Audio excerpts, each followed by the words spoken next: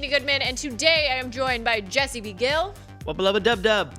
Very appropriate, because today we will be talking about the Rick and Morty Season 4 premiere, Edge of Two Morty, Rick Die, Rick Pete. That's right. And if you haven't seen the very first episode of Season 4, now would be the time to fire up that portal gun and step through a portal, because we're about to get into some spoilers. 3, 2, 1, Rick dies. There's your spoiler. There's your spoiler. We're going to talk more about that in a bit. But first, let's start with the recap. Start with the recap, but we open the episode back in the Smith home. Mm-hmm. Rick is back in the home, so is Jerry, and it seems like Rick is having to learn some new rules about how to steal Morty away for Rick and Morty style adventures. Yes, there are some new rules in the Smith household. We see that Jessica has posted a hot selfie at her grandmother's funeral. Who doesn't want a hot funeral selfie? I mean, Summer does. We're literally doing a play-by-play of this episode. No, we'll give a more grand scale. Rick and Morty enter a portal and go off and try. Do they enter a portal? Well, they actually use the spaceship. They fly there, but they need to get some death crystals from Forbodulon Prime. I'm glad you took that pronunciation. But yeah, so they're looking for these death crystals, and the big deal with these is they show you how you die, supposedly, but it's constantly changing. Rick says that your future stems from your present, and if you're living right, that's constantly changing. So you're always seeing the possibilities of how your life might end. Yeah, and that's actually like a very key part of the episode, that little phrase, because it is kind of what drives the episode. It does drive the episode, and based on the title of the episode, Edge of Tomorrow, Rick Die, Rick Pete, we kind of thought that there would be a lot more references to Edge of Tomorrow, the Tom Cruise vehicle. But it wasn't actually. That both the characters, Rick and Morty, use this power of the death crystals to basically become versions of Akira. Yeah, which was interesting. Like I said, I wasn't really expecting that. I guess they do bring in the Edge of Tomorrow thing with the fact that Rick keeps dying and coming back. His lifespan isn't a set amount of time, but he does kind of use death as a vehicle. But outside of that, that's kind of the most we get out of the Tom Cruise thing. That's true. It's more of a direct Akira ripoff, because Morty uses this power to basically make every decision, so he eventually dies at the side of Jessica as an old man. So yes. it leads every decision that he makes from there on out. But what this basically does is make him an immortal god. Basically, so we see that as he's fighting his bullies. That's when the Akira references start popping in when the cops show up. But he basically knows how to deal with every situation, because this is what's going to lead him to Jessica's side at the end. Which, that twist is so good when you realize that Jessica is just a hospice. And her and Morty actually don't end up together in this romantically. No. He just dies in her hospice care. So he doesn't have the full picture. He doesn't get the full picture. He just zeroes in on that one thing, and that obviously that's where a lot of the humor of the episode comes from. But yeah, it was a great twist at the end. Yeah, and so this is an interesting tone to start the season off on. It's a lot more uplifting. I mean, obviously we said Rick dies a bunch, but it isn't as dark and twisty as I was expecting. I think basically because of the way that we do our jobs, and we're always looking for, hidden agendas and like Easter eggs and things like that. So I was kind of expecting one of those more darker, serious Rick and Morty episodes where we kind of get a better sense of what evil Morty's plan is, all that stuff. This seemed to have no connection to all of that. It was just down and dirty, classic Rick and Morty fun adventure. Yeah, so Jesse, I am curious, what is your, have you been watching Rick and Morty from the start? Were you waiting forever for this season? Absolutely. I was just watching seasons 1 through 3 on repeat a bunch. But you watched those. I wanted new Rick and Morty. But you watched those when they were initially being run on TV. You didn't binge watch them. I did both. Okay. Yeah. I was just curious because I am a newer Rick and Morty fan in that I didn't watch. I entered during this break between season 3 and season 4. So the break felt very long because I binge watched all of them and then I went back and keep kind of rewatching it. But I didn't have that painful, oh my gosh, are we going to get new episodes? When is this coming? And I'm curious, what were you expecting coming back, knowing that break had been so long? Because my break was shorter. So for me, I was like, okay, we're going to get new episodes. I didn't really have much expectation there. I was just excited we were going to get it. My expectation was, again, like I said, I think some of the best Rick and Morty episodes are some of those darker ones, like the one where they go to the Citadel and they see all the Mortys and all the Ricks, and seeing how our Rick and Morty C-137 kind of fit into that larger pantheon of Ricks and Mortys. Those are usually fun, and you get more of that that evil Morty feel out of those episodes. Yeah. For some reason, I was expecting that. But that's not what we got. We got just a very straightforward adventure where there's some family stuff. It's basically classic Rick and Morty. There's some family stuff that bookend the adventure. The adventure is very straightforward. They have kind of a sci-fi mix-up thing where they both learn a lesson, which is, plan ahead, but also live in the moment. Yeah, very So beautiful. something that simple and straightforward was not what I was expecting, but that's what we got.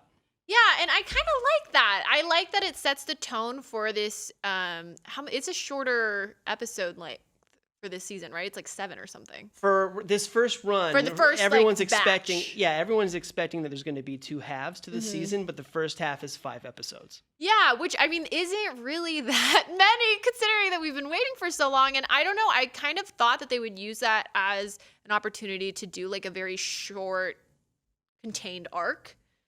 And this really threw me for a loop because now I'm thinking maybe there'll be 5 more like self-contained episodes where they don't really connect to the greater lore as much as some other episodes. True, and even if you look at the seasons 1 through 3 and the way that those premieres kind of start, they kind of acknowledge what had come before, and then they set you up on the new status quo.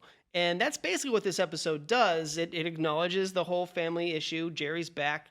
Rick's trying to navigate that. But then this episode, again, it's a really good way to kind of start off the season. And Rick and Morty's little exchange at the end where we're going to do stuff sometimes, and sometimes we're not going to do anything.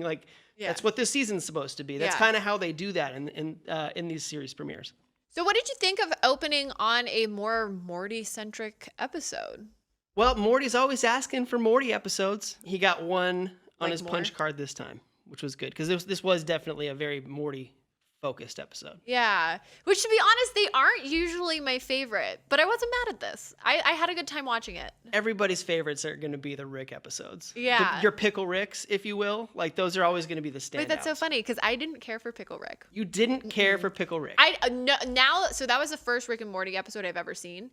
And now that I've seen all of them, I don't think it doesn't stand out to me. Really? Yeah, Pickle Rick. I don't think it's a bad episode, but Totally. it just doesn't stand out as like the episode, Right. I can see where that could be an entry point for a lot of folks because that blew up on the internet when that happened. And this guy, he turned himself into a pickle. Big reveal. Anyway, I don't know. Sometimes those are the most fun episodes for me is when you're really seeing Rick go completely off the wall. Yeah. So we've talked, it's Morty-centric. It was more uplifting. There were some Easter eggs. Mr. Meeseeks was there, and he was a certified weapon used multiple Mr. times. Meeseeks was in this episode a bunch, and we saw both Rick and Morty use him as a weapon. Morty spawns a bunch of them and says, "Shield me from the law."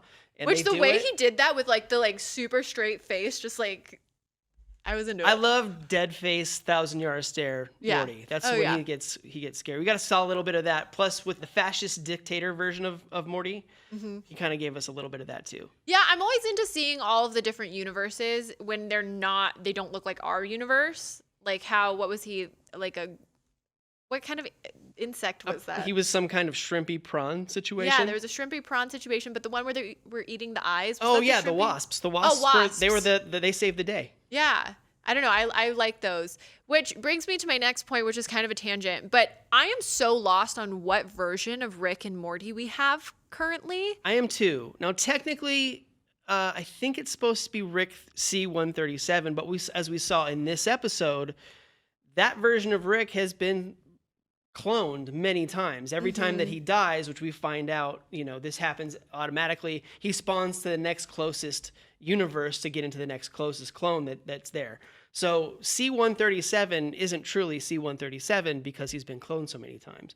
But Yeah, I've lost count at this We point. should do a video where we make like a giant whiteboard and try and figure this out. So we mentioned, Akira was brought up multiple times, but there were some extra little Easter eggs. I think Akira was definitely the most obvious Easter egg. It's referenced several times throughout the episode, and if you know Akira, you can see those comparisons are pretty clear. The second one that I noticed was that Wasp Rick had a boglin in box. I have no idea what a boglin is. A boglin was this little, it's obviously a goblin kind of like squishy monster toy that was out in the 80s that they threw into that episode for some reason. But I remember those because I'm that old. But yeah. I'm young, everyone. That's why I don't know what it is. It isn't so much of an Easter egg, but it's kind of a reference to one. Okay. Every version of Rick that we saw in this episode also had a version of the suicide helmet, the alleged suicide helmet. This is not my theory. This is a popular theory. You can find it on YouTube. You can find it on Reddit. Do you believe in the theory though? Let me say what the theory is really quickly. So it's the suicide helmet theory, and we're going to show a still of the helmet that I'm talking about. But the idea is that Rick has been secretly working on a suicide helmet since the beginning of the show. Because a lot of times when you go back to his lab, when you go back to the garage, you can see that helmet. Yeah. And there's been moments in the show where he directly works on it, but that's the theory is that that's the purpose of that helmet. And every version of Rick that we see in this episode also has that helmet. But the question that I'm left with is if every time that Rick dies, he automatically drops into a new clone, would the suicide helmet Wait, maybe all of them have a suicide helmet because it's going to be this like fully orchestrated thing where every single Rick in every single universe uses the suicide helmet at the same time. And that we should do a video on. Don't take our ideas. Anyway, what did you think of the season 4 premiere of Rick and Morty? Did you love it? Did you hate it? Did summer ruin it? I don't know. Let us know in the comments below. Thank you so much for watching. And now that you're all caught up, make sure you check out the Rick and Morty season 4 episode 1 review and watch the cast of Rick and Morty react to their own memes. And as always, be sure to like and subscribe wherever you like to watch IGN.